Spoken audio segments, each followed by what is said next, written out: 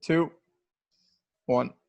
Hey everyone, welcome to the Cloud Saga Cinema Podcast. I am your co-host Connor Van Sice, and today I am joined by Brian Dangler. And Colin Bauer. And today we will be discussing David Lynch's Mulholland Drive. But before that, we're going to get into the happenings in the entertainment and movie world. Colin, you want to take it away? Sure thing. So we're going to talk about Tenet's Infinite Delay, the Lando Calrissian rumors, the first series on Disney+. We're also going to talk about a show on Quibi that is with Samuel L. Jackson and Ryan Reynolds, and a Netflix series starring Ryan Gosling. But first, let's talk about the Scott Pilgrim reunion. Connor, I'm sending it straight to your way. All right, so I don't know if anyone's watched it here, but I mean, in general, Scott Pilgrim is such an awesome movie. I mean, Edgar Wright is sublime at filmmaking, but he announced it, I think, last month that at some point they were having a table read reunion, and usually what that means in the happenings of like Zoom. I call this like the Zoom era right now, where everything's happening over Zoom. But usually when that happens, I felt like I thought they were gonna do like a sequel thing or something like that. No, they read the entire script of Scott Pilgrim. They do the entire script. It's an hour and a half long, basically the movie, but it's awesome. I think they got mostly everyone there. Brie Larson wasn't there. Few other people, but Chris Evans showed up. Chris Evans was a part of it, and he was great. That was my favorite. It was really fun to see them all there. I mean, I think the person surprisingly that's changed the most is probably Michael Cera. For sure. Not his looks, but like as a person, Michael Cera has not aged a single day. But no, highly recommend checking it out if you're a fan of the movie. It's really fun to see them all there. They had the creator of the comics there, and he's like drawing actual like scenes from the comics and whatnot in live time. So it's really cool, and they auction them off afterwards. So not bad. I really enjoyed the reunion. If you haven't seen it, I really do recommend checking it out, especially if you're a fan of Scott Pilgrim like myself. It was really worth the hour and a half. I feel like that's definitely one we got to go over in the future. For sure. For sure. But yeah, no, I mean, it's a quick, I don't think necessarily it's going to keep everyone's attention for the entire time, because as soon as you find out that they're just reading the script, it's kind of like, okay, but Like you've seen this before. Yeah, it's basically people over Zoom recreating the best they can. Yeah. They do a pretty good job. It's like the equivalent of going to like a Rocky Horror Shadow cast. Yeah. That's honestly what it is. But this time with Scott Pilgrim. And you know what? I see the Scott Pilgrim being like the next generation's Rocky Horror to a degree. I feel like I've not seen Rocky Horror, so I have no idea how that comparison is, but I definitely will say the movie came out, I think 10 years ago, which seems insane to me, but it's held up so well. I mean, visually and overall. So I've heard that there was at some point they were going to try to do a TV show or a sequel or something. I forget where I read that. Don't quote me on it, but I do remember at some point Edgar Wright was interested in getting that cast back together for an actual like sequel. So yes, I feel like those plans just kind of fizzled out. Well, everyone went their separate ways, and everyone's kind of grown out of the roles. So. Oh yeah, for sure. For sure. Yeah. Everyone's kind of moved on to different stuff. So, do we want to get into Netflix stuff? Oh, for sure. Let's do it. Ryan, let's send it over to you for talk about Ryan Gosling real quickly.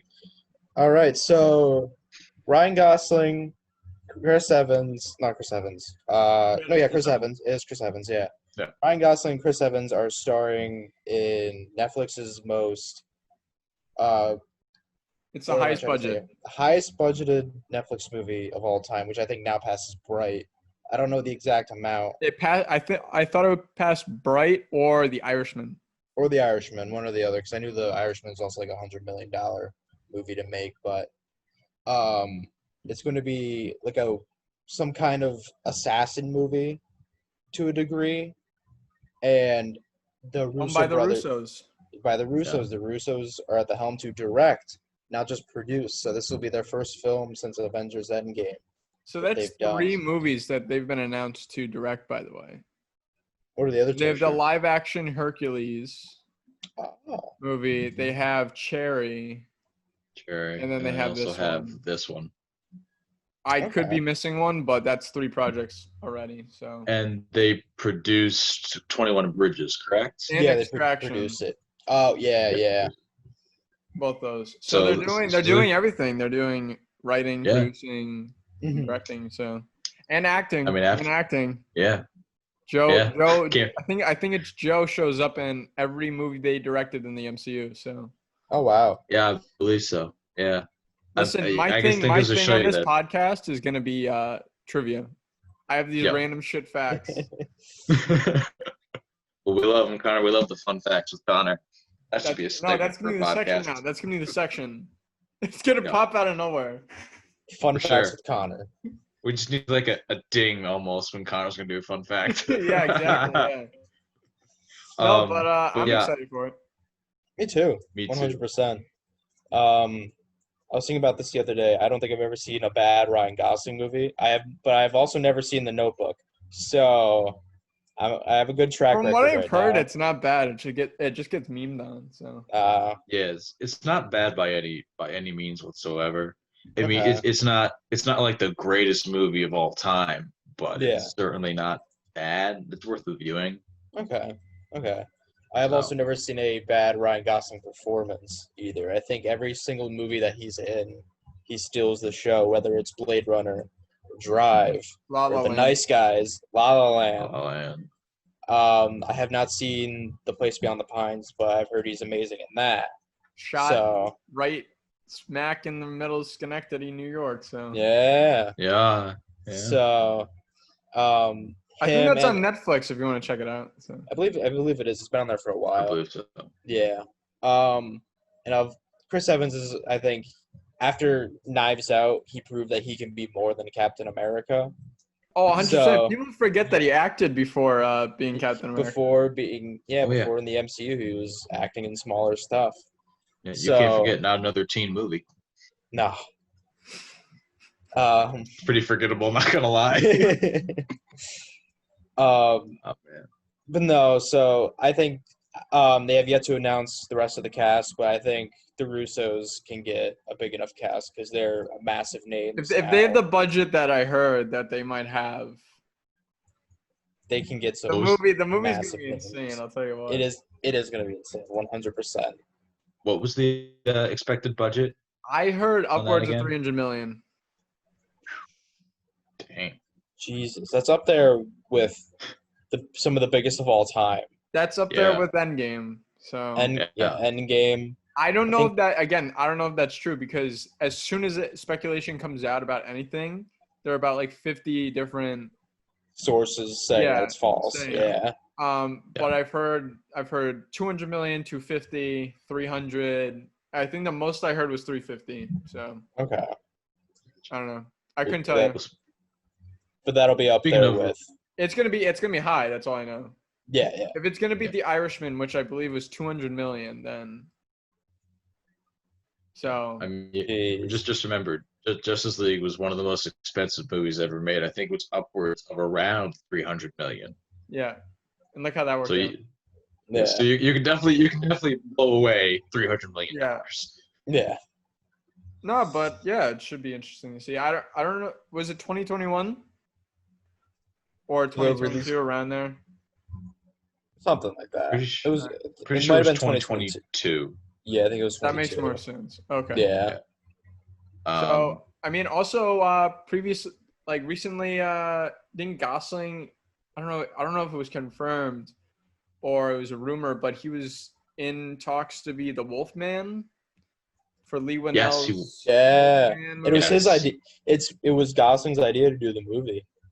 That's so weird to me because, I mean, I forgot that he was in First Man, so I feel like I haven't seen Gosling in anything recently besides First Man. So I'm glad he's back back doing stuff now. acting. Yeah. So Indeed. And he said the Wolfman will be in the same vein as Nightcrawler, so I can't wait for that. Mm-hmm. that sounds awesome. That sounds Yeah. Well, hey guys, Colin. speaking of the rumors that you guys were talking about, there's a couple rumors floating around that Disney Plus could potentially have a Lando Calrissian series.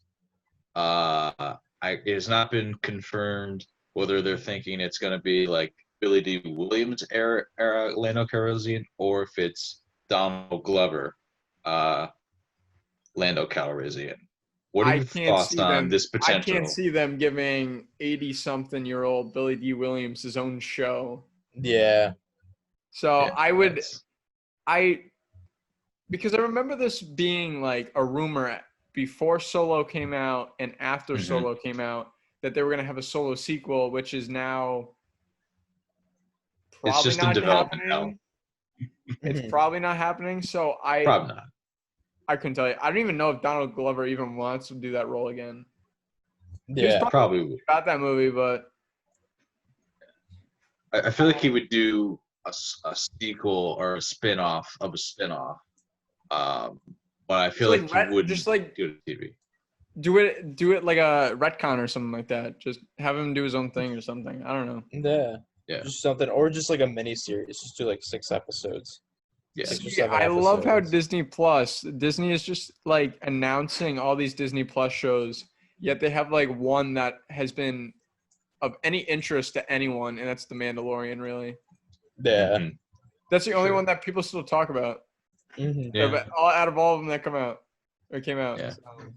Yeah. And I wish they would come out with more. Like, it's not like they come out with bad stuff either. Aside from, like, they haven't come out with anything else that's not good. They've come out with stuff that's good. I think It's I've just watched people aren't talking 2 about it. originals out of all of them. I Mhm. watched the full season of The World According to Jeff Goldblum, and I found that to be one of the most watchable shows because it's literally just Jeff Goldblum talking about whatever the Jeff topic Goldblum is. being Jeff Goldblum. It's literally, it's kind of like if you've ever watched the show Diners, Drive-Ins, and Dives It's Yeah. basically with that. Guy Fieri. It's like that, just without food, unless the episode's about food. Yeah. It's just him going around to these different locations, and some of them are some of the most entertaining Jeff Goldblum just episodes of anything I've ever seen. And I it's one of definitely. the Go ahead. I was gonna say it's one of those shows where not only can you watch it and have a good time, if you literally just put it on in the background as background noise, because each episode is different from the last. You don't have to watch the previous episode to get the next episode because each one's completely different. If you just put it on the background and just listen to it while doing whatever, it's still super entertaining because it's just Jeff Goldblum talking. And Jeff Goldblum is one of the most entertaining men in all of media, really, in my opinion. So just hearing him talk about stuff is pretty great. I just can't wait for Disney Plus to move into 2021 because that's when everything's coming out. So All I the don't know. MCU stuff. I don't know necessarily it will even happen. I can't see it happening because Solo, it came and went, made no money. There was really no interest ever of anything happening after that. So I don't know. I maybe I don't know. I don't really have Maybe down the line. because I have Solo came and went in my brain. Mhm. I like Donald Yeah. Glover in it. I love him. He hasn't really put in a bad performance in anything. So Yeah.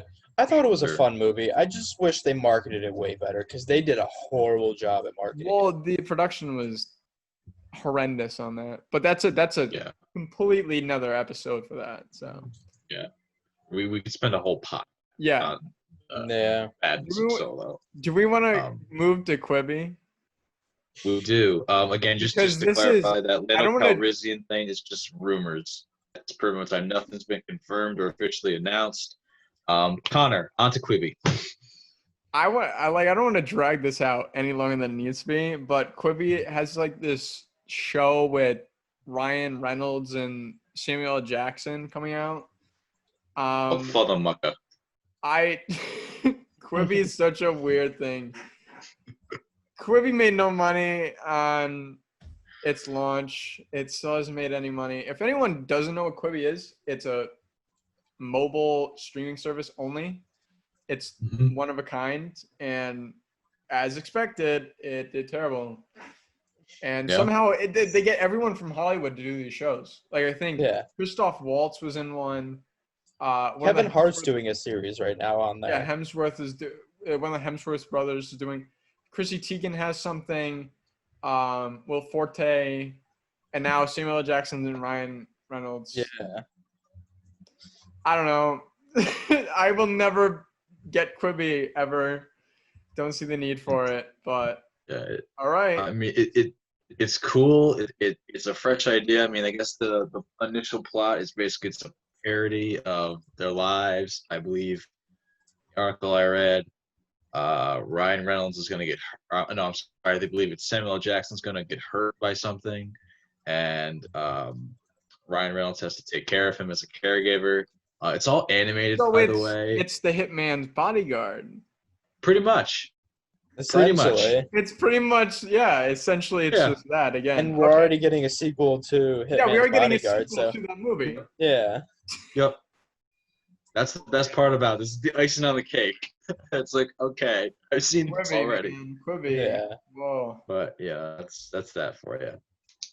So this past Friday would have been the day we would have seen Christopher Nolan's Tenet in theaters. Unfortunately, Warner Brothers has delayed that movie indefinitely for the foreseeable future. So, bad news. I saw it coming. Me too. I don't think anyone was really surprised by that. I think everyone's been stalking this release because basically everyone thinks this is gonna like lead the way for theaters reopening. I won't disagree or agree with that, but I mean, this was supposedly going to be the thing that like rolled out the red carpet, like, oh, everyone, here's the movies, they're back. So, and I also brought up the fact that, and I think this might end up happening, either it gets pushed back an entire year and we don't get any 2021 releases theater-wise, or someone released this statement saying it was going to take Dune's December spot and Dune was going to come out early 2021. So just to clarify, Connor, you mean we won't get any 2020 releases? Yeah, no 2021. Yeah, no 2020 releases. I honestly, at this point, I don't think we are. Probably not. I think Disney is going to honestly move Mulan, or they're just going to put it on Disney Plus and just take legitimately do that. Put it on Disney Plus. Drop that on Disney Plus and put New Mutants on Hulu. Just the movie's never going to be seen in theaters. I'm sorry, Disney, but you're never going to see it in theaters. Just put it on Hulu. Put it on Hulu. Please. Just do what you got to do. Just regardless if it's good or bad. Don't care. Yeah. Just put it on there. I'm sick and tired of waiting for it. I really am.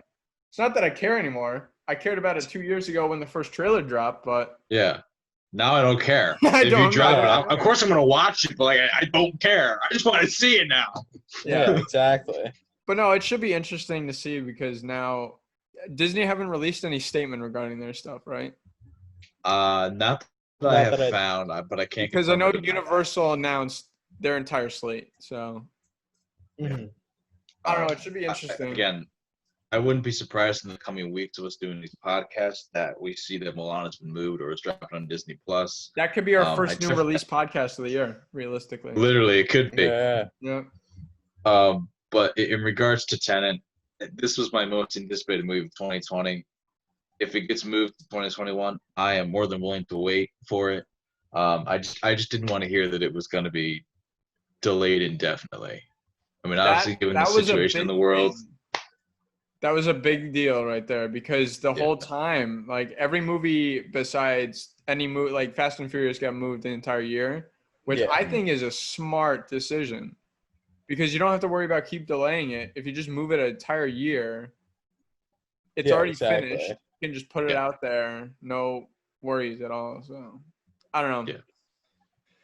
They can do whatever they want because at the end of the day, they're still gonna probably make money regardless of what they do. So it's not like we're never gonna see it. We're gonna eventually see these movies. At some point, yeah. It's not like they're just gonna be. They're just gonna go missing and never to be seen again. It's people forget. People the New forget. Mutants might. People New Mutants forget might, but how many movies are actually available for people to watch. Like you don't have to rely. You don't have to rely on new releases. Like you can go on Netflix and just watch anything. So yeah, pretty much.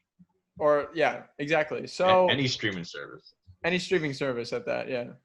Besides Quibi, don't buy it. So. Don't watch Quibi. Don't get it. So don't do it. So those are your 20 minutes of previews. You get the real theater experience here at Cloud Saga. Moving forward, this is your feature presentation. We're going to be talking about David Lynch's 2001 film, Mulholland Drive. Let me start with the synopsis, or do you want to give initial thoughts? What do you want me to do here, boys? Go ahead and read the synopsis. All right. So this is off my copy of the Criterion Collection Blu-ray. I'm just literally going to read the back cover of it. Mulholland Drive, a love story in the city of dreams. Blonde Betty Elms, played by Naomi Watts, has only just arrived in Hollywood to become a movie star when she meets an enigmatic brunette with amnesia, Laura Herring.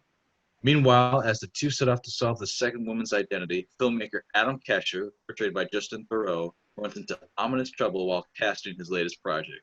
David Lynch's seductive and scary vision of Los Angeles' dream factory is one of the true masterpieces of the new millennium, tale of love, jealousy, and revenge like no other. And it really is like no other.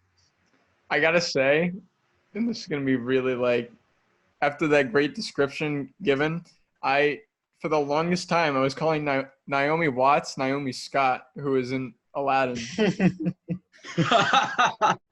So, forgive me, because all my notes say Naomi Scott. So that's great. You completely just recasted her. Yep. She's Naomi just made Watts. my night. I've heard of her ever. No, but Colin, since this was your pick, go ahead and give your general thoughts on it. Okay, so for starters, I had to watch this movie last semester for a film class on film theory and criticism. And my professor literally prefaced this movie before he sent us to watch it as, I saw this movie when it first came out and I hated it.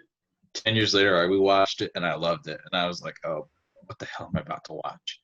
But I watched it, and on the first viewing, I wasn't necessarily in love with the movie, but there was enough to keep me intrigued and go back and rewatch it again. So I wrote it for my final paper, and I was like, this movie is amazing. I mean, top to bottom, I enjoy the performances. I enjoy the structure of the narrative. If there is one, there's a bit of a debate there. I mean, I love how Lynch just kind of takes you on this journey into very weird, almost like dream-like Los Angeles. It feels lived in, but not lived into the sense of as we know it. And I think a lot of it has to do with the overcurring theme of the movie, or what I perceive as the overarching theme. But I just enjoy the movie from top to bottom. Honestly, this has grown to be one of my top 10, maybe even top 5 favorite movies of all time. Brian, how about over to you for your thoughts? All right, so my best way to describe give you the most basic interpretation I have of it before going into some details is, I was telling some friends of mine I was about to watch it before I started it, and I was telling them today, I'm like, listen, this movie is 2.5 hours long, and I could not tell you what it was about. Agreed. Because it starts out with a basic plot. It's a kind of like a almost sci-fi crime thriller, essentially. And then you're 20 minutes in, and then it's kind of like... For me, it was when Billy Ray Cyrus showed up. Billy Ray Cyrus playing Billy Ray Cyrus showed up. When that happened, everything just turned into a dream for me. Everything just kind of went blank. So yeah, and It is one of the strangest movies I've ever seen. It is one of the like weirdly made movies ever made because you're looking at like the visual filter. Sometimes the dubbing is off. The delivery of the lines to me feels off sometimes, and to the point where it almost feels unreal. I don't not necessarily in like a bad way, but I was watching it and it's like I've never seen anything like it. This is Ever. it's such a strange It is such movie. a strange movie.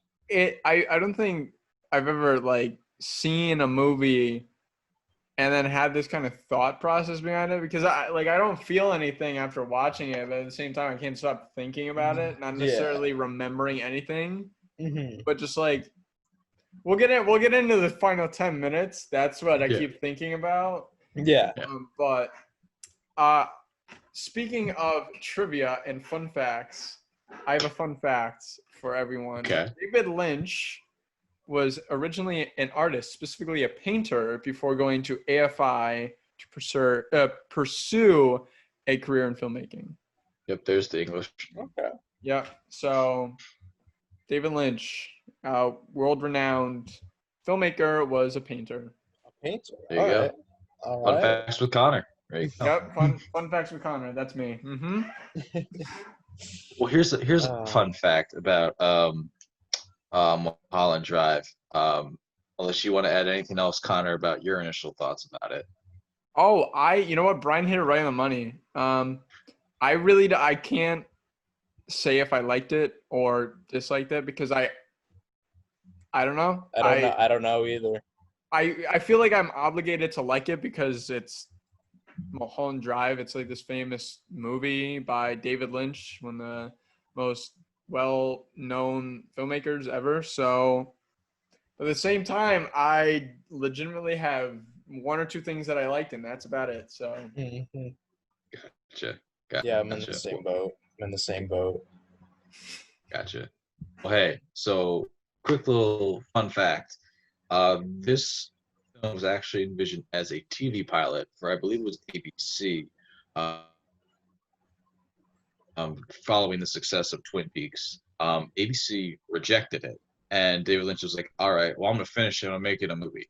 So I think that kind of goes along with Ryan's kind of initial comments, where the dubbing doesn't feel right, or like it just feels very unnatural. It was basically you watched the TV pilot. It's essentially what you watched. I feel like it's almost rushed to a certain extent at times, just like the filmmaking in general. That could have just been me, but I feel like with the dubbing and with the look of it, at times I hate to use this word, but in no way do I mean that David Lynch is a lazy filmmaker, but at times I really felt like it was lazy. Yeah. I don't know. Like, David Lynch obviously puts so much time and effort into any movie he makes. So I don't necessarily mean that in a bad way, but I don't know. Like, this is such a weird movie that I really have anything I say, I'll probably contradict like immediately after. So I don't know. Yeah, it's just one of those movies. On the topic of like unfinished and whatnot, there's one scene or one shot, I should say. It's in the beginning. It's within the first like 10 to 15 minutes, and it's these people walking into this house or apartment or whatever it was, and it cuts as they walk in, and then it shows the next camera shot is the doorway they're going to be walking through. The camera shot sits on this like it's in like this kitchen that they're about to walk into, and it stays there without anybody walking in for almost 8 seconds. And I know exactly what you're talking about. Yeah. Around the 6 or 7 second mark, I was getting legitimately upset because it should have only been like 3 seconds. No, Brian, this movie at times made me feel like uncomfortable, angry at what was happening, and just like at the end of it, I don't, and I've already said this, but I didn't feel anything. I had no words. Yeah, I No don't real know what to emotion. feel. Like, at least with something like Eraserhead, Brian, I know you haven't seen it, and Colin, you've obviously seen it. But with Eraserhead, I don't think I've ever felt that bad after watching a movie. Like, I felt like shit after watching that. So this was kind of a breath of fresh air for me with Lynch's stuff, because even Blue Velvet, it's such like a sensitive topic, a lot of it. And it's Dune. Even Lynch hates it. So, but this was such a breath of fresh air, because at times I was like, okay, nothing's really happening on screen, so I'm not feeling anything. But Billy Ray Cyrus, am I right? Billy Ray Cyrus playing Billy Ray Cyrus. Brian and I were talking yesterday, and we had a conversation at least 20 minutes long about how strange and out of place Billy Ray Cyrus is in this movie. In a David Lynch movie, the last person I expected to be casted was Billy Ray Cyrus.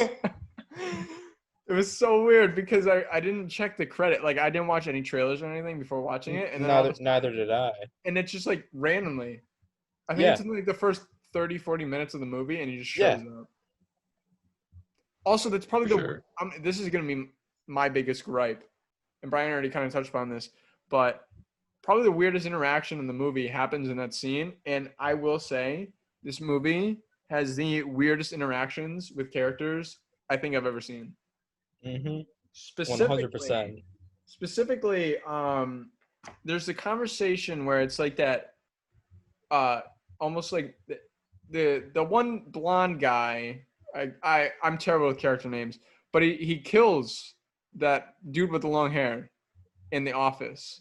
Mm-hmm. And at the beginning of the conversation, they're laughing like they've had this long conversation, and he just told a joke. But then the long-haired guy goes, "Oh, what's up, man?"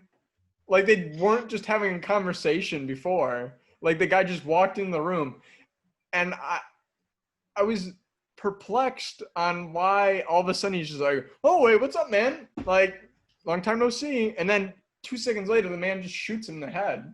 Spoiler, sorry. But I mean, that was bound to I happen. don't even know.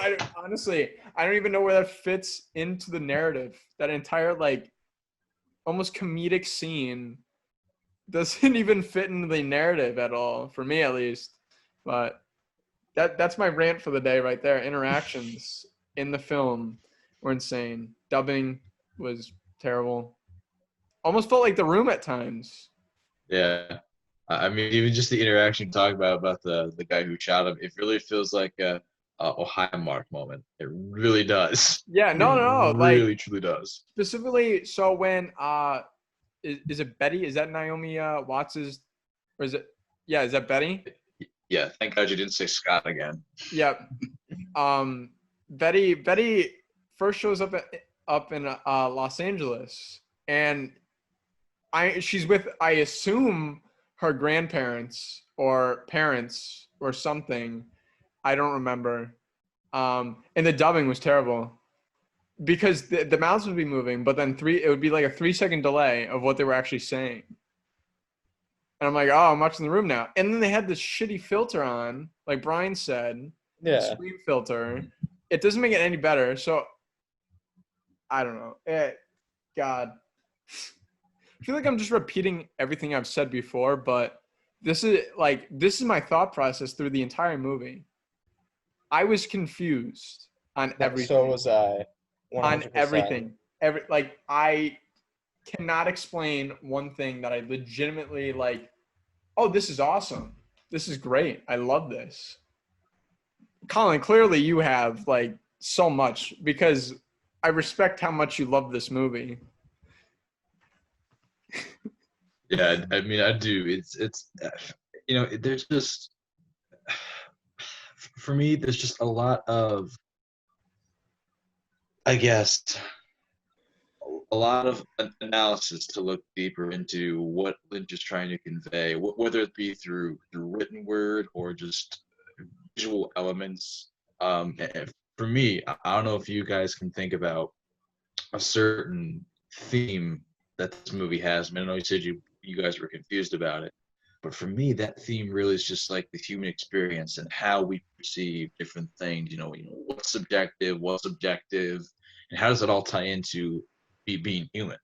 That's to me what I thought. I mean, when I think about, you know, for example, looking at the characters of Betty and Rita, that's her name, Rita.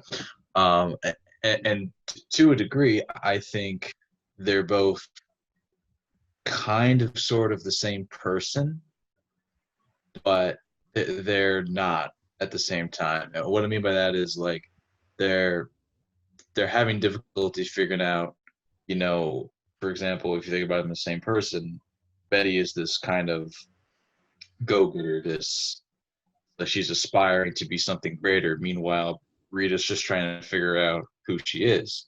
But if you think about Betty a little bit more, she's kind of sort of like trying to figure out where she fits into the whole aspiring actress thing. And it's just really, I think, again, comes down to where do we all fit in society.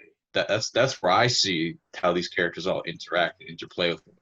Connor, it looks like you have wanted to say something so bad, so I'm just going to go with it, bro. And I get that. Like, I kind of agree to a certain extent, but in no way does it just like, so I hate when movies spoon feed you like information like that. Like, I like a good puzzle and figuring out stuff, but when it's like a 50-sided Rubik's Cube that offers nothing to be really analyzed on the surface at all, where everything is just like, I use the metaphor, or not the metaphor, like I'm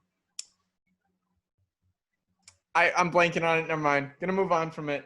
But no, okay. Like it's not on the surface. At least like a vast majority of films, even like some of Lynch's films, like Blue Velvet, kind of gives you a little bit of that stuff to like bite onto and like kind of understand the story. Even, I mean, as much as I hate Eraserhead, like I do not like that movie at all, I still understand a lot of the imagery within it. Mm-hmm. But with this, it's so complicated trying to get that imagery across, where I just feel like it loses my interest almost immediately. And going off that, I think, again, a Rubik's Cube analogy you said is perfect, because I think that's what these characters try to do. They're trying to get that Rubik's Cube to get that perfect combination of colors together, and they're trying to figure it out. Mm-hmm. I will say the only bit of imagery that I thought I had, this is probably going to be the smartest thing I say on here.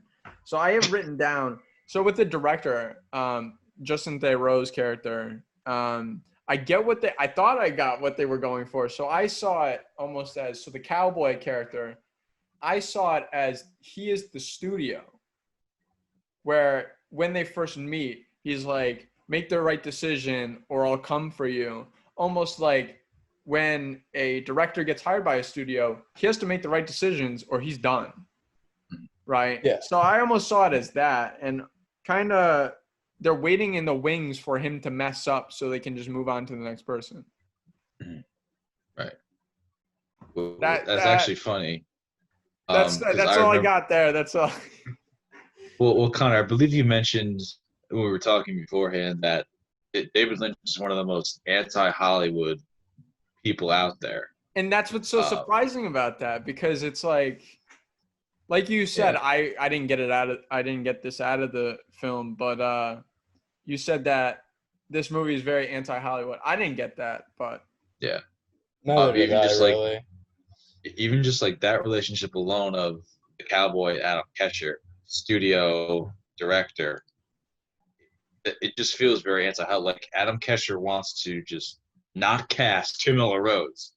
He wants to cast Naomi Watts' character. Like, he knows she's the right one for the job. But, again, he can't make that decision. And I also like how the cowboy character kind of just shows up randomly, because in real life, studio interference just happens, like, whenever.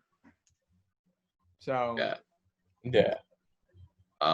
Brian, any comments on that whole spiel Connor and I just had? on just really any of it. Man, you know, Connor, I'm glad you had at least like one interpretation of That's my only something in the interpretation movie. of the entire thing. Like, I think that's the thought, only thing. and it's almost like I thought I had something at some point when I was watching it, and then 3 things happened that completely negate Yeah, anything no, that I had. exactly. That's why I'm saying my interpretation was immediately shut down. 10 Yeah. minutes. And So I want to talk about the last 10 minutes. okay, here we go. All right, we're just gonna move right into the last 10 minutes because this is like the most Colin, you'll be controversial thing carrying. ever. I've said everything I need to say. Yeah. About this, Colin, you could make an entire 3-hour podcast about this by yourself. Probably will. Brian texted me. Me and Brian were talking constantly through this movie, and he finished it before me. And he's like, "Man, something happens in the movie, and then it should end like 5 different times, but it doesn't. And I thought there would be one shot where it ends, but it doesn't." And at that time, I didn't want to continue watching the movie.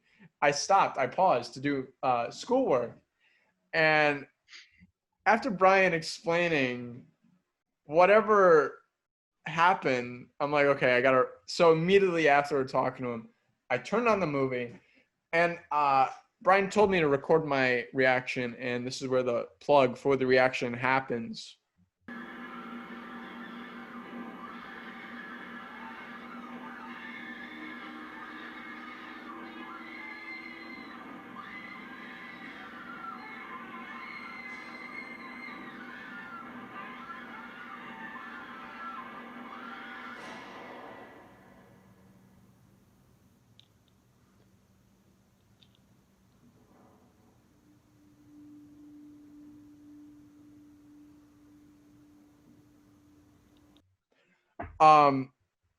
So with that scene, how would you even explain it?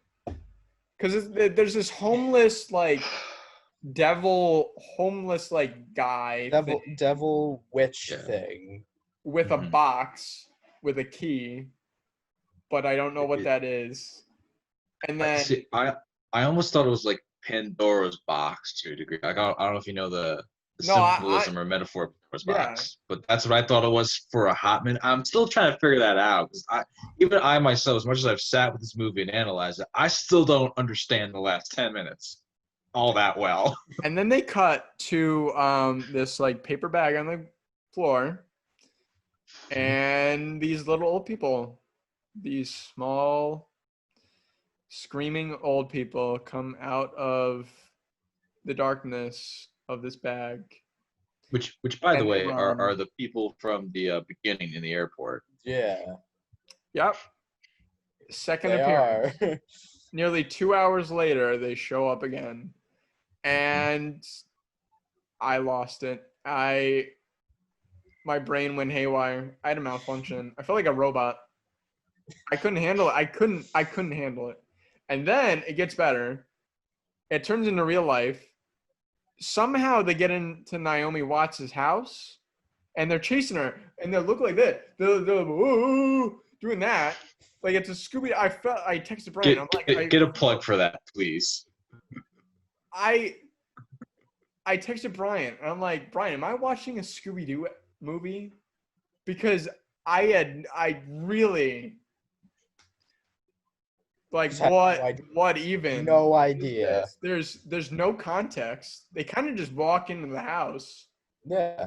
And then she shoots herself with a gun. Mm-hmm. And it kind of just shit just happens, I guess. I don't know. Does. I don't know. And then the final shot of the movie is Colin, you might have a better interpretation of this because this was about the 8th time the movie could have ended, and it finally did. And it was the ending I 100% least expected because I didn't think they would end in that certain area. Because it only shows up the theater one only other shows up time. one other time. Yeah. And Colin, I hope you have an explanation for the ending because I don't understand it. I don't understand the significance of the final shot because I don't know who that is in the stands.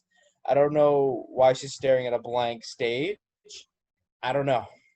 So Brian, walk us through that final shot just a little bit more. The final shot, so it's like 10 seconds long, and it goes back to this location of a theater where they had a scene earlier, which I don't even know what Silencio. I don't even know what happens in the Silencio scene. I'm not gonna lie, it's another thing where shit just happens. Yo, when they went to the theater, my brain was already like all sorts of messed up, and I wrote, why are they crying? Is everyone on drugs? Am I on drugs? Am I okay? What is life? Because I get the theater is emotional for people when people sing. Yeah. But it just kind of happens out of nowhere. It does just happen. Everything in this movie happens randomly, spontaneously. Mm-hmm. With no explanation. Like there was no reason to go to the theater. There's no payoff in this movie. No. For me, at least. Colin, I know. This is the thing. I feel like me and Brian have nothing to contribute to this because we simply just don't know. I was at a loss for words. This movie is so weird. I guess my mind just works at a higher level for some reason. I don't know why. I don't know. The tiny people is where I was like, I give up. I was planning on watching another movie after watching that last night, and I just went to bed.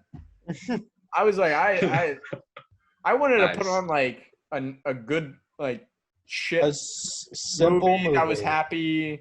Something like the Lego Ninjago movie. Exactly. Which I'm currently using as a mouse pad. Nice. No, but then I was like, no, I'm just going to bed. I can't, like, my brain is fried. Yeah. I felt the same way. Well, going off of that, as I said to Brian before we started recording, I was like, I was really, if you watched the last podcast, I was deciding between THX 1138 by George Lucas and Mulholland Drive from David Lynch. For the longest time, I was going to say THX 1138 because that is a great piece of cinema, and you should definitely watch that. But I was like, we're going to have a nice, divisive viewing of Mulholland Drive. I think that would make for an interesting conversation, and I tell you, it really has made for great conversation. In regards to the ending, Brian. Yes. I got nothing. Okay. I don't know. Okay. I don't know. Colin, I have a question for you. So this is like, I've noticed this. I went on Letterboxd, and I looked at reviews, and everyone's saying the same thing. Like, no one understands it. So why do people like it? But then they I'm not like calling anyone out on this, but like something like the Lighthouse, where you can't explain that, but people don't like that. I feel like that's going to be a similar thing where like 10, 20 years down the line, Lighthouse is going to be like something like Mulholland Drive. Yeah. Or something like that. But I even told Brian this. Like, the Lighthouse has some forms of imagery that you can base things off of. It's like Norse mythology or Greek mythology or something like that. But in Mulholland Drive, I don't know. Yeah. I just don't. Exactly. There's nothing to bite onto here and run with. See, I'm the reverse with the Lighthouse. The Lighthouse makes no sense to me whatsoever. Like, it's just like an hour and a half, I think that's how long it runs anyways, of just black and white nonsense. Like, I don't get it. I don't understand. So I feel your pain with this one. I really do. But I don't get the Lighthouse at all. That makes no sense whatsoever.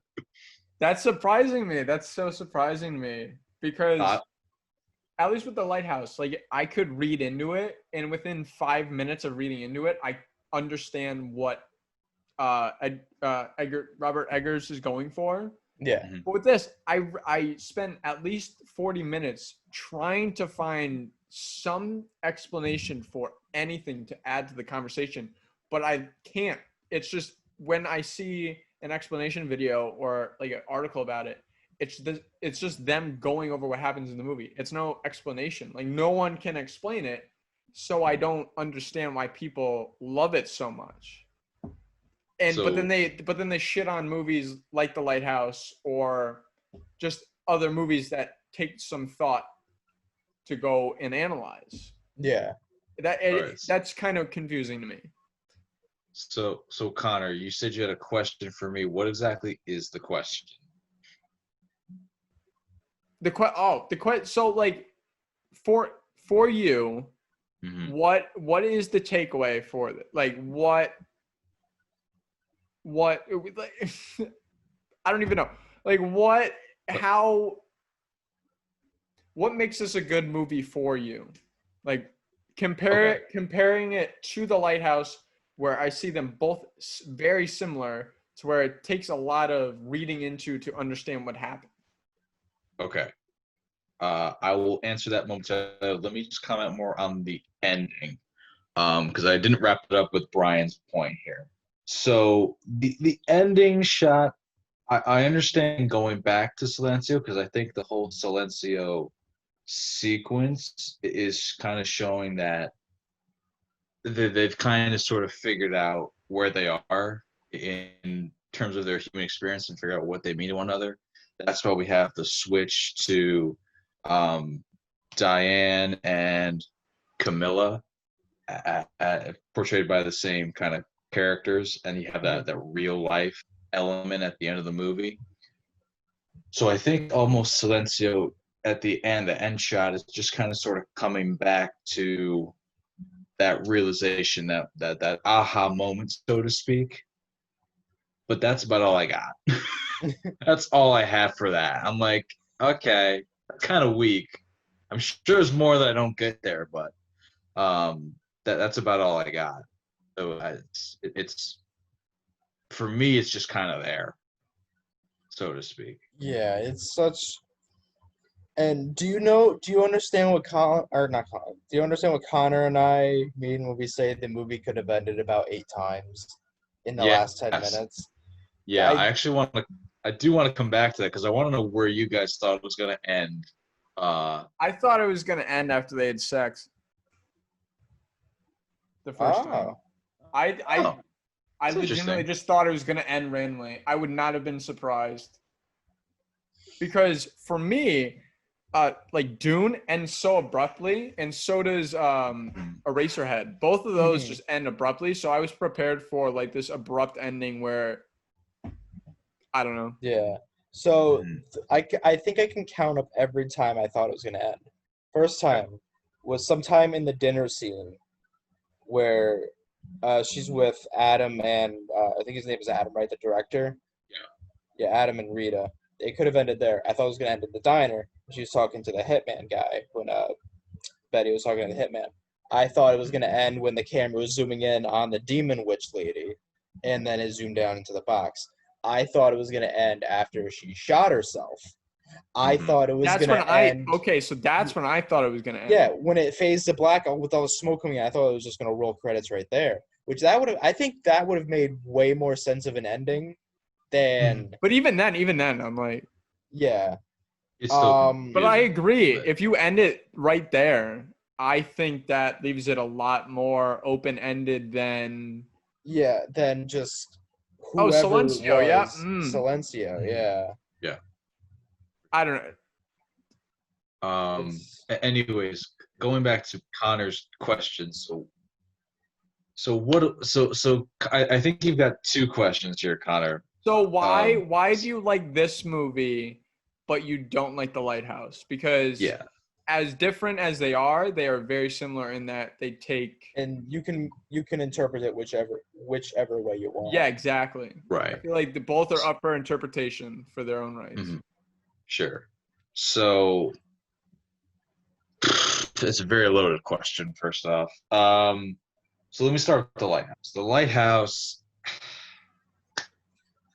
I don't know if it's just the the old school vibe, or just the Messiah scene that they're trying to use there, where it's like the late 1800s, and these guys are just like, in a sense, freaking drunks and nuts, and just they've just been in their own world for far too long. But I don't get it. I really just don't understand why it's just these two people. And are they the same person? Like, I can't tell if they're the same person, or like my mind leads me to believe that they're the same person, or like different time periods of the same person. And like the whole like eroticness of the light just doesn't make sense to me. Like, I remember watching this, and then like, Robert Pattinson's just like masturbating to this doll that he found at the beginning of the movie, and that doesn't make any sense to me. Like, like, to me, that's just absurd and like off the wall. With that, everything you just said was kind of like what you were saying you liked about Mulholland. Correct. Like, I'm confused then, because you're like, you don't like the whole like masturbation thing with Pattinson, but you like the sex scenes in Mulholland. But then you find that I also saw theories for Mulholland that the like Betty and Rita are like the same person or something like that. But then you don't like that from the Lighthouse. Right. I'm confused on that. I'm a bit confused. So I think it really comes down to the whole theme for me of what I get out of the movie, which was whereas when I was like, you actually have two questions here, is that this film for me is about the perception of the human experience. With Mulholland Drive, I feel like you understand that Betty's trying to figure things out in her own mindset, trying to be an actress in LA, trying to find parts, trying to fit in. She's trying to understand the studio mindset, how you work into being a successful actress.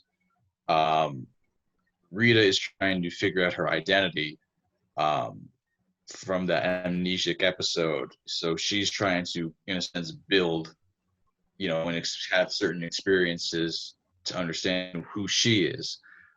Ultimately culminating in, like, I find that sex scene is really powerful because you understand how Betty feels, you understand how Rita feels at the same time when they engage in the act of sex. It builds quite nicely up to that. Conversely, with the Lighthouse, I just don't understand the relation. I don't understand the theme. I don't understand what that movie is after. Like, it's never apparent, and I've spent some time trying to analyze it, and I read various articles, various opinions on it. At the end of the day, here's what I get out of the Lighthouse is that the 1800s, people were drunk. People spent too much time in a lighthouse, and shit got real. That's what I get. I guess I see that, but at the same time, I almost feel like it's a deeper meaning with the human psyche, where you're given this opportunity to do a job, but you're also like, this has been explored multiple times, where isolation makes a person go mad. Yeah, So essentially cabin fever. Yeah, for sure. I feel I was much more compelled by anyone in the Lighthouse. Both those performances are Oscar nomination worthy because I feel like they're good performances. I don't necessarily think Mulholland Drive has a good performance in there. That's why I couldn't connect to anything, mainly because the performances were so strange, and I just don't think anyone was doing a great job acting. Gotcha. That's just me. Gotcha. I get what you're saying, because again, the Lighthouse is a lot more mythology, where Mulholland Drive is definitely more symbolic, metaphorical. Like that. I mean, Lighthouse is too, but it's more mythology based. Yeah, that's where I think the Lighthouse lost me, is that, like, don't get me wrong, I love learning about Greek mythology, Roman mythology, Norse mythology, all that good stuff.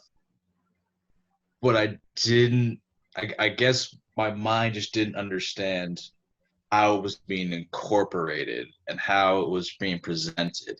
And I think, again, I come back to the Messiah scene. I understand the anti-Hollywood nature, the figuring things out nature of Mulholland Drive more, and that's why when you guys say it's stiff, it's not, it feels not acted well. I think part of that is because the film is very anti-Hollywood. You're trying to figure things out, everything like that. You're trying to understand how to be a better actor, and I think personally for me, as the movie goes on, it gets better if you feel like the actor is putting more into it to a degree. See, and that's just me personally. I kind of disagree with that because I don't think she's trying to become a better actress in Naomi Watts' character, because I even wrote this down. Her acting in that first audition scene was the best acting I had seen up until that point in the movie. Oh, is that the one where she acts with the older gentleman? Yes. Yeah.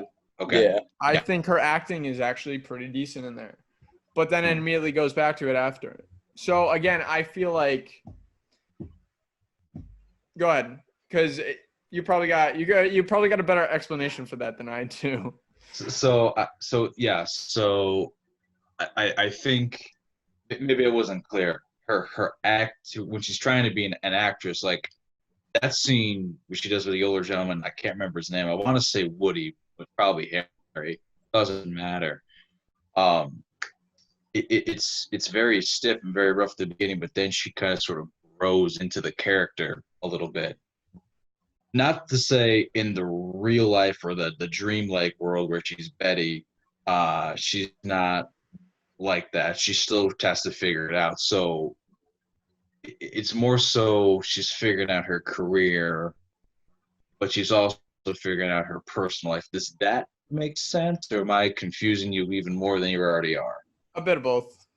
Okay. Again, we could talk about you could go on about your explanations, but again, I've read, I spent like 45, 50 minutes trying to get something to talk about. The only thing that I could really come up with was the director thing. Mm-hmm. But again, I respect the hell out of how different every single Lynch film is.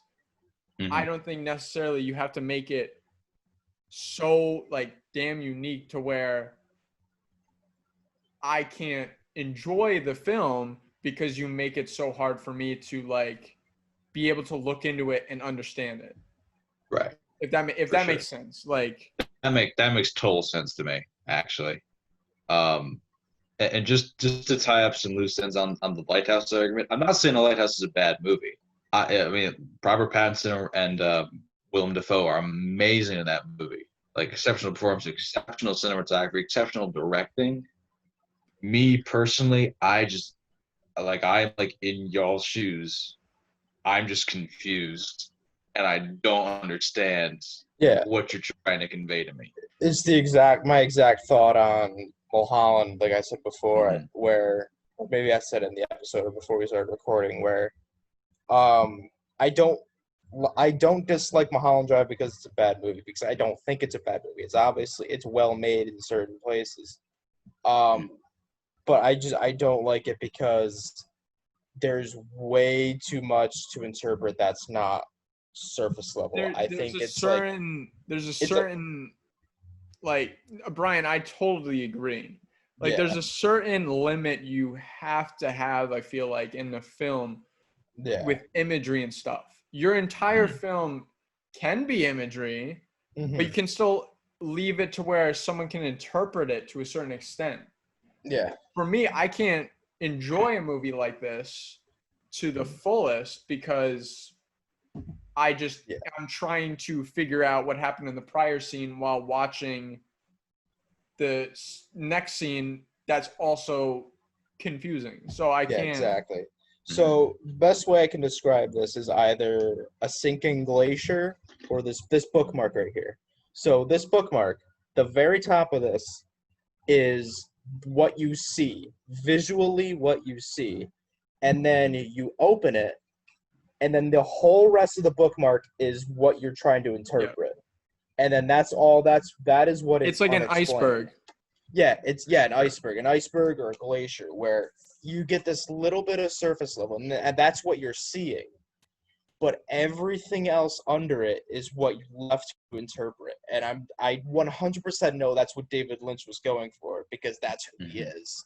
Right. So, but I think he just left too much to interpret.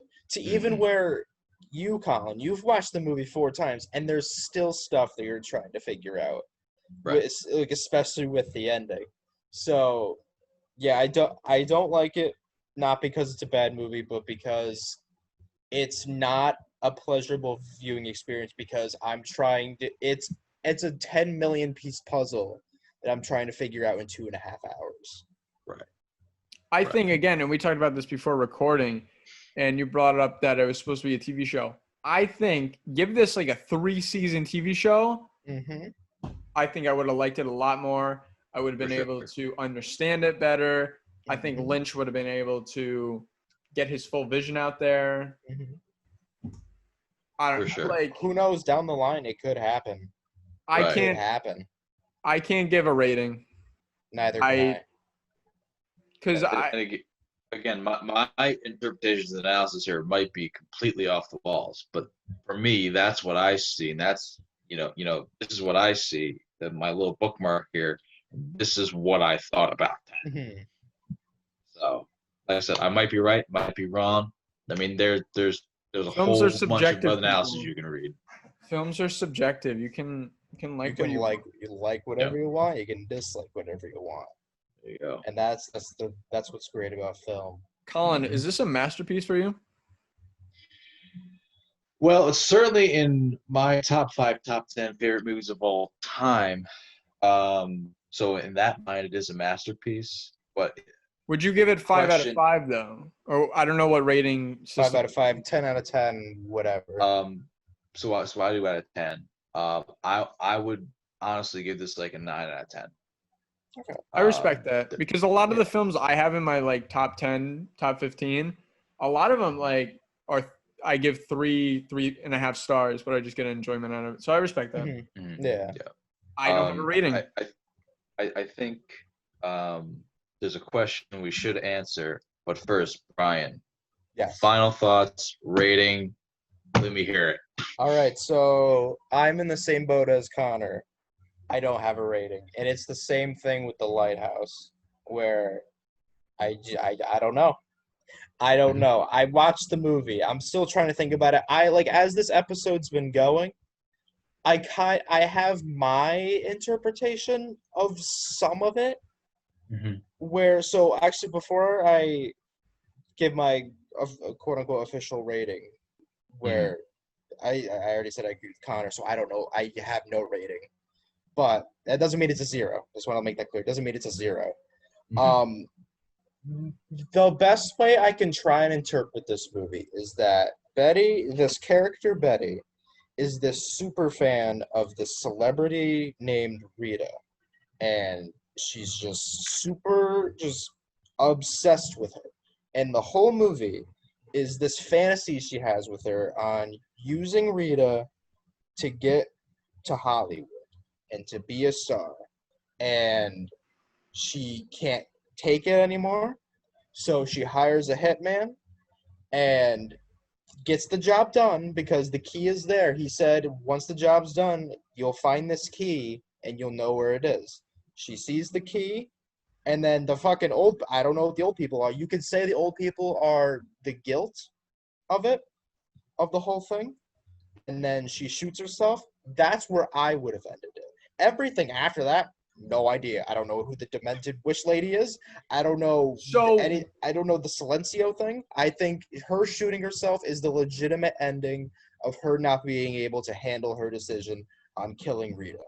So originally I thought, and again, all the theories I had were immediately shut down seconds after. Originally I thought they were going to make it like where Betty was actually like this demon lady, but then the old people come out of the bag and then show up at her house. So, yeah, I don't know. Yeah, I don't know. But Ryan, like, I just off of your analysis, I'm like doing some more thinking in my head, and I'm like, oh, he might be onto something. He might be onto something there. Like it, I think where the beginning is the car crash. She loses her memory. Literally, right after that, when she like walks into the house, that from that point on, it's a fantasy. Yeah. And that's what Betty is imagining when she's in her house, just talking to her, and they become lovers. I guess that's another part of the fantasy, and and it's like in the dinner scene, it makes that hard cut. I think that could be a hard cut back to real life, and where you just look at her, I think that's one of my favorite parts in the movie is that hard cut, which is one of the best cuts I think I've seen in a while. I will say the editing in this movie is fantastic. Editing is good. Like that little like jump scare edit where the plate crashes and you turn, it's a whole different scene now, and you see her and she's all like she just looks drained. That's I will great. say the way they make Naomi Watts look towards the end of this movie is great. The entire rest up until that point, she looks like Naomi Watts is a beautiful looking woman, but to begin with, but that's a whole other story. But just I think and then that hard cut happens, and then it goes back, and she's just so obsessed that I think she knows that Rita has now lost her memory somehow. Because I still don't think they have met, because he just shows her she just shows him a picture. I still don't believe they had met in real life if what I'm saying is the possible way of going about the movie. And she knows Rita is vulnerable where she just doesn't know who she is, and that's when they strike, and then she gets killed. She sees the key. She's super guilty about it. The old people are the old people are the guilt. I don't know how that ties into the beginning of the movie. I guess that could mean that like when they show up again, that's just guilt following her. And she shoots herself, and then that's it. The last 3 minutes are fucking whatever. The last 3 minutes are just whatever. I still don't know the ending, but No idea. I'm just like Ryan. I feel like you and I literally just watch this movie together. Like we could probably figure it out what this movie actually means. I feel like so. I feel like my analysis and your analysis are go together. We just gotta we have to piece it together. Yeah. Cause we're going at it in different ways, but we're piecing it together. So you're going at it in more of the metaphorical way, and I'm going at it in more of the straightforward way, which I don't think is necessarily the most that. I don't think that's what Lynch was going for. I don't think so either. But I think there's more. I think that there has to be that and metaphors with it. For sure. And the only metaphor I really got was the old people are potentially the guilt that's following her as she just wants to, as is so obsessed with whoever this woman is. Because they don't even they never specify who Rita really is. Really. Right. She's someone of some significance because people hired two people to kill her. So she's important for some reason, but we never know why. So my assumption is that she's some kind of actress because it's in Hollywood. And for sure. That's honestly what that's all you're gonna get out of Brian. I think that's really it. I think that's as deep as I'm gonna go because everything else is just I don't know. And I've already gone into mine, so I mean, at some point I'm sure I'll rewatch it. Maybe I don't know. or just watch a bunch of explanation videos, try to piece it together or something. For sure. Good pick. So the last question before we wrap up discussion on Mulholland Drive. This film is part of the Criterion Collection. Does it deserve to be in the collection? If Armageddon is in it, then yes. Yes. I do believe so.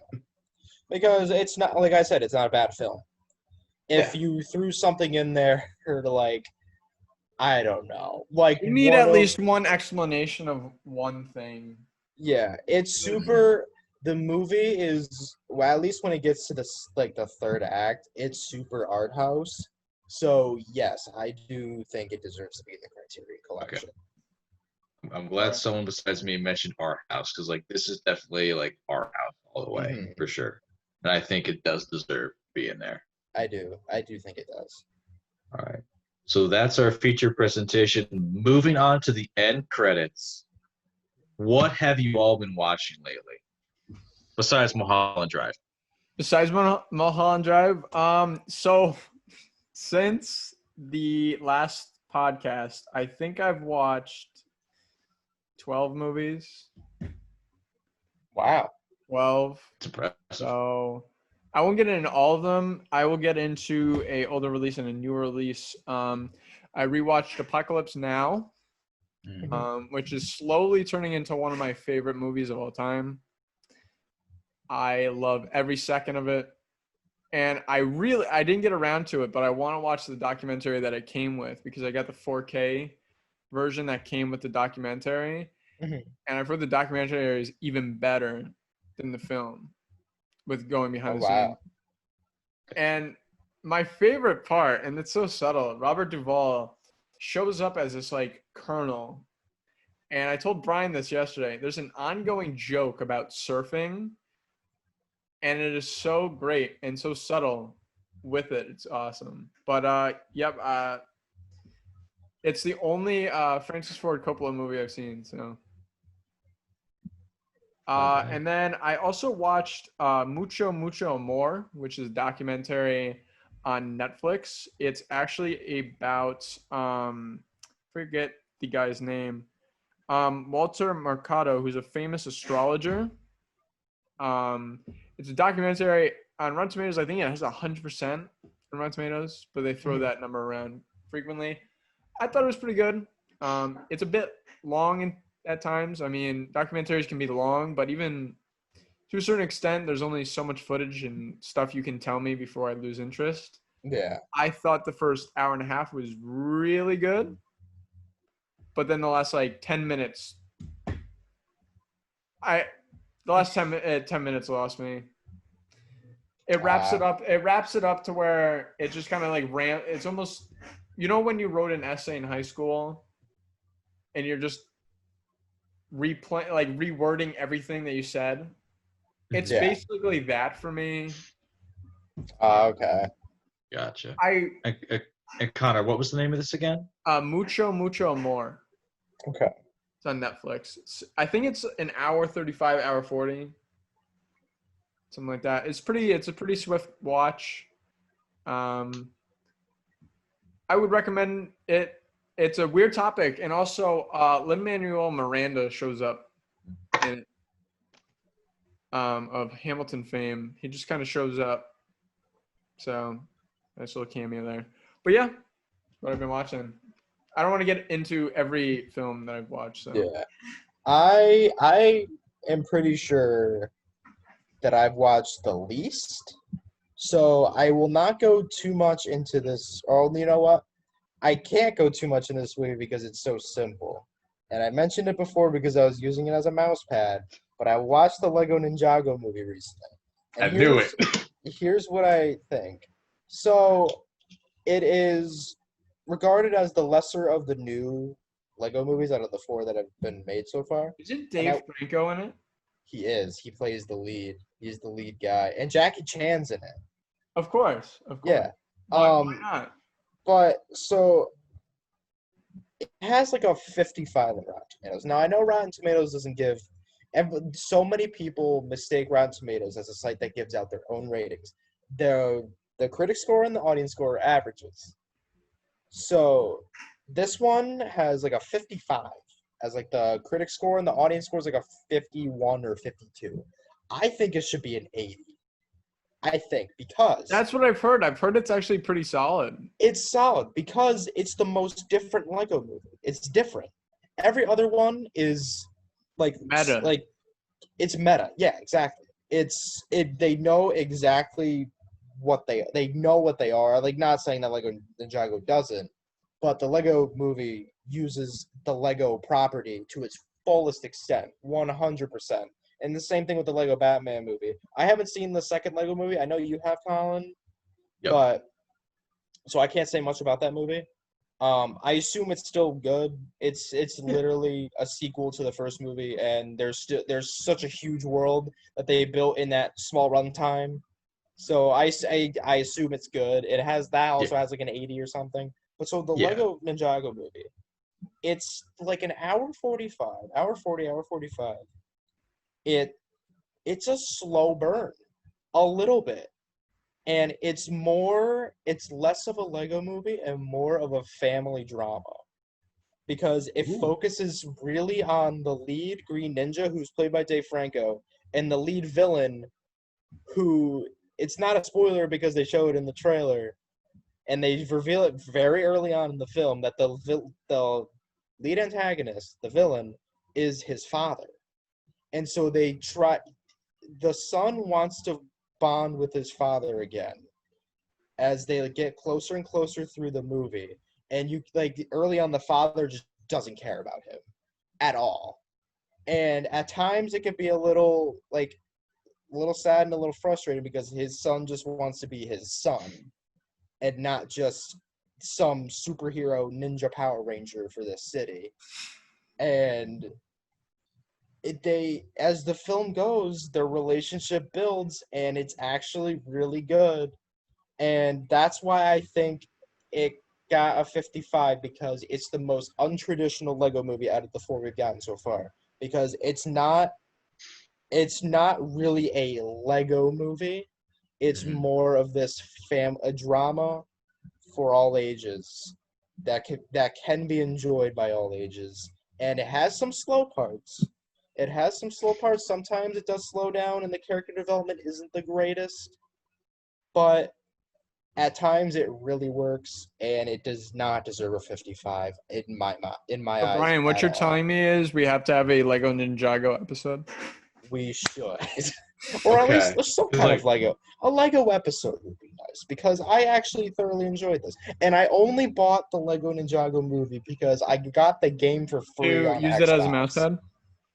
I used the case as a mouse pad, yes. Nice.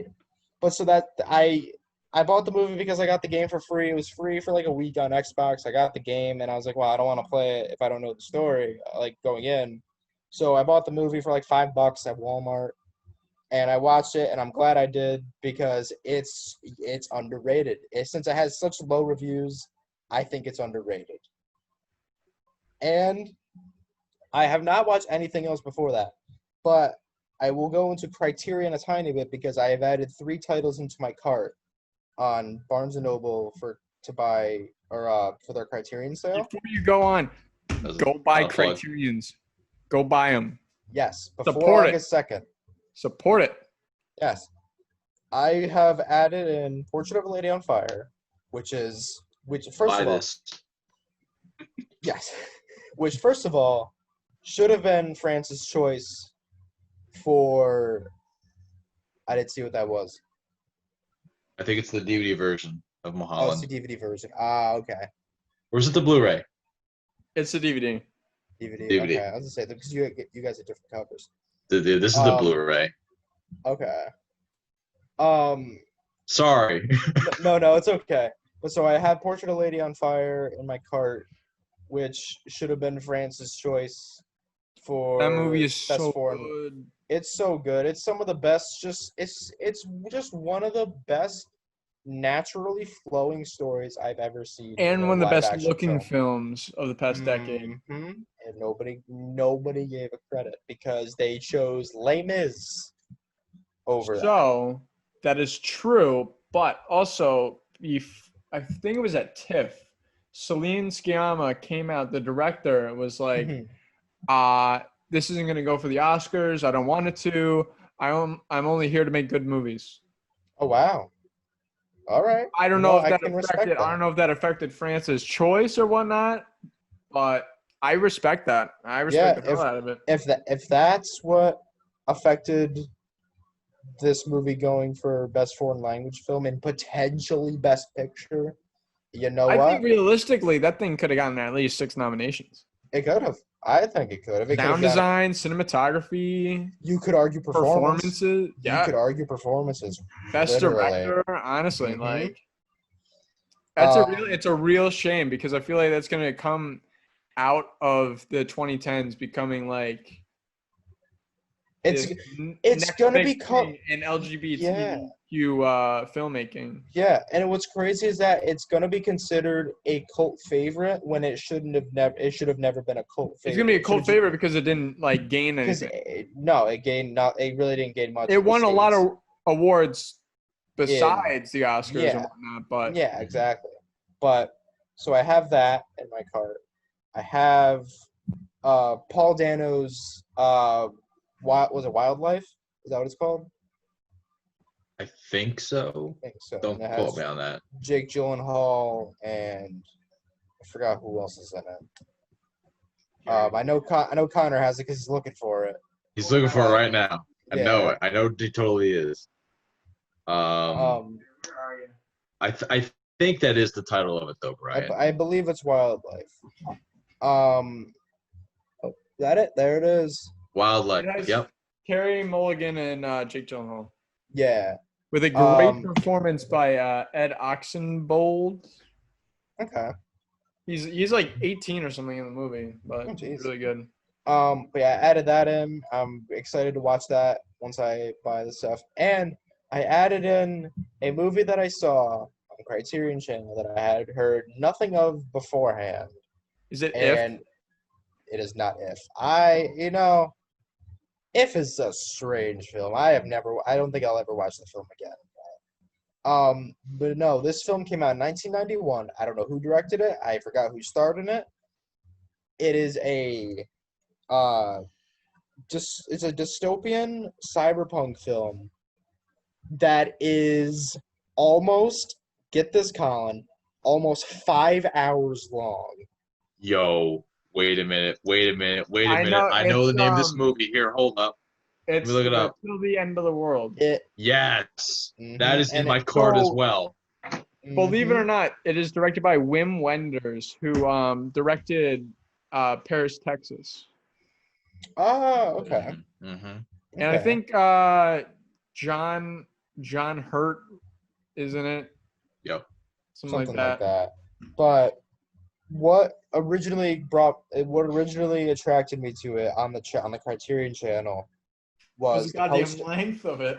The length and the poster. I like the posters really. I love the poster. The poster's nice. That's like, if I end up liking the film, I may I may find some way to get the poster because the poster's really nice. I know, right? But a 4-hour and 47-minute runtime for a movie. That's a beast. That is a beast. That is something I would like to tackle in one viewing. I doubt that would happen. I think I would do it in 2-hour increments. Brian, I'll do it with you. You'll do it? Okay. I'll do it with you. I will, you know what? I will come over and we'll personally watch this 5-hour movie. 5 hours long. I'm going to regret saying that, but. What's crazy is I even looked up the theatrical trailer for it, like the actual trailer, and it still really doesn't give you much, which is crazy. They have almost 5 hours of footage to choose from, and it still doesn't give you much, which is great. That's what a trailer should do. They should not give you that much. But yeah, those are the 3 titles I have in there as of right now. Once I buy those, I think my last purchase might be the Before trilogy. I think because it's $50 for the Blu-ray trilogy. It's $50. Brian. Yes. Did some of me push over to you? A little bit. I think so. Colin, me and Brian went to Barnes & Noble. Mm-hmm. I had the Before trilogy in my hands. I was going to get it. Didn't get it. Went back. Wasn't there. But then I went back sometime after that. You're shitting me. I went back sometime after that, and I saw the DVD trilogy for it. Oh, but you gotta get that on Blu-ray. Yeah. Yeah, you gotta get it on Blu-ray. But it was there. The whole trilogy was there. That's one I really want to get into. Check out. Yeah. Just because the filming of that is so Linklater fascinating. is different breed of filmmaking. Mm-hmm. And just taking 10 years in between each sequel to make a trilogy, or some kind of that's believe that was a time frame in between each movie. And what was I gonna say? And I think the whole trilogy takes place in a day or a couple days, which is crazy. And they kept the whole cast, or most of the cast, the same. At least the two leads, Ethan Hawke and whoever the other lead was. I think you might know Connor. But that I saw how critically acclaimed each one was, and I was shocked. I was shocked because typically, Delpley. Okay. Delpy. Okay. But typically you never see a trilogy where each one has well over 9 out of 10 for each one. Mm-hmm. It's crazy to me. But yeah, I think that and maybe one other title, and then that I'll call it quits on the Criterions for now until until the next sale. Until the next sale. Yeah. We do the whole podcast on Criterion in the future. Yeah. No, Colin, go ahead. What have you been watching, man? I've been working a lot, so I haven't really watched a whole lot. I do go to the drive-ins, and I did watch Grease and Footloose for about the upteenth time. Really enjoyed Grease again, but on this viewing of Footloose, I was like, wow, Footloose is just a lot longer than I remembered it being as a 10-year-old. Brian and I had a nice conversation about Grease the other day. Oh man! Oh yeah! Oh boy! Yeah. Boy! Do I want to know? Great idea for a sequel for Grease. So, you want me to tell you my idea for this Grease prequel, Colin? I need to know now before I continue. Okay, so I don't know if you saw the announcement, but they're making a Grease prequel. I did. And see that. My idea for the Grease prequel is it's called Greased Lightning, and it's in the exact same vein and style as Drive. And it's just Danny just fucking murdering people. And then I told Brian he might actually have something legitimately insane. And oh my god. Send that to whoever is making it. Literally, send that to Paramount, please, right now. You know, and then just take whoever's originally directing and just put me in, and then I'll do it. Yeah, do it. I'll write it. I'll direct it. There you go. And my favorite thing would be to literally frame by frame, whatever, create the elevator scene again from Drive. Mm-hmm. But instead, because you've seen Drive, right? Yeah. You take out Gosling and you put in whoever is gonna play John Travolta's character Danny in that, and you just have him in that spot. I won't go too into it because it's pretty gruesome. Mm-hmm. But that would be the pinnacle moment of that movie. A prequel to a fun 70s musical is this super neo-noir, brutal drama. That'd be so awesome though. Oh my gosh. Imagine that. Imagine doing a double feature. The change of tone would be off the charts. I couldn't I don't think I could go from that to Grease. I don't think I could go from Grease to that. Yeah, exactly. You'd have to watch it on separate days. I would I'd need a nice hour in between. Because 10 minutes is just not gonna cut it. No, it's not. Not even a minute or two wouldn't even be enough. Just going from just there to there. Mm-hmm. Even waiting a couple minutes still wouldn't be enough. No, not at all. But anyways, I've also watched, ironically, the Lego Batman movie. Oh wow, okay. For the second time, and I enjoyed it just as much as the first. The acting holds up, the story holds up, I'm the gonna go out on a just limb and say that might be one of animation. the best Batman movies ever made. Oh, for sure, Yeah, for sure. I'd say Drop so. the mic on Yeah, that. Take I'd it say with so. what you will. I would probably say top 5 on that. Might be like number 5. I think 4 would be pushing it. But I love Will Arnett as Batman. I mean, I love Will. I'm a big fan of Will Arnett's work as well. So I mean, love that movie. But other than that, really ain't been watching a whole lot. Just really been putting in those hours of work. Unfortunately, these past couple weeks. Me too. I would have watched more, but I've been working a lot as well before I had this no shit, podcast. so that's why I watched 12 movies. Yeah, I I'd see probably that. be doing the same thing. That Come August, that'll probably be me. So it's all Gucci. All right, so all right. that's been what we've been watching. Any final thoughts, guys? Any recommendations for our viewers out there? Go buy cartoons because you're missing out on a lot of essential films. So I got a Blu-ray stack right next to me. Let's see. Let's pick one movie from this pile. Let's say, you know what? We're on the topic of horror.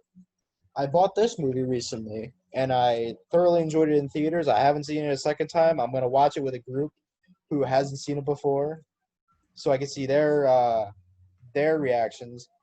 And Colin, this one's for you. My recommendation is Midsummer. Yes! Yes! Yes! Oh, yes! Because it's you know what? Oh, It's good one movie. it's one of the better horror movies I've seen in probably all the 2010s for me. I won't get too deep into it, but I disagree. I think I gave it 2.5 stars out of 5. See, I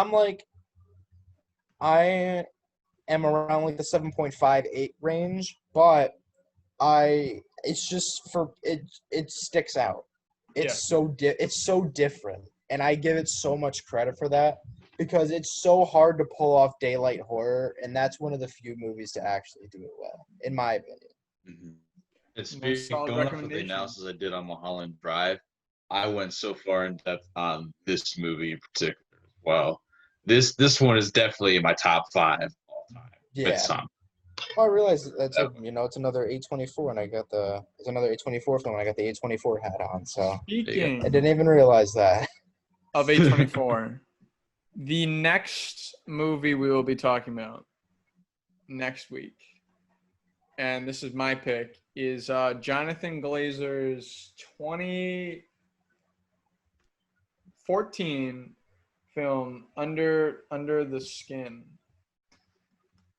You go. Amazing. All right. Amazing. Great score. Scarlett Johansson actually is super good in this, and I think it might be the only time we'll ever see her in something like this. So, Under the Skin. Keep an eye out for that one next week. Definitely. But yeah. One recommendation I do have, it's not a film or a TV show thing, it's actually an album. If you're into heavy metal band Slipknot dropped a new album last year called We Are Not Your Kind. I've just listened to that one pretty frequently, and it's very experimental. It's very heavy. The lyrics are really great. The instrumentation is fantastic. Probably one of their best albums out there. So if you're in heavy metal or you just like good music and risky vibe to anything, pretty much We Are Not Your Kind. Top 2 favorite songs on that album. Number 2 would be the closing track, Saw Away Firth, and number 1 song, Critical Darling. All right. Nice. Solid. So those have been our recommendations. It's been a pleasure. This was a lot longer of a podcast than I thought any of us thought it was going to be. 100%. But yeah, so next week we're going to talk about Under the Skin and, of course, all the news that's happened in between the 2 weeks. But I've been Connor Van Sice. I've been Brian Dangler. And I'm Colin Bauer. And we will see you in the next one. All right. All right.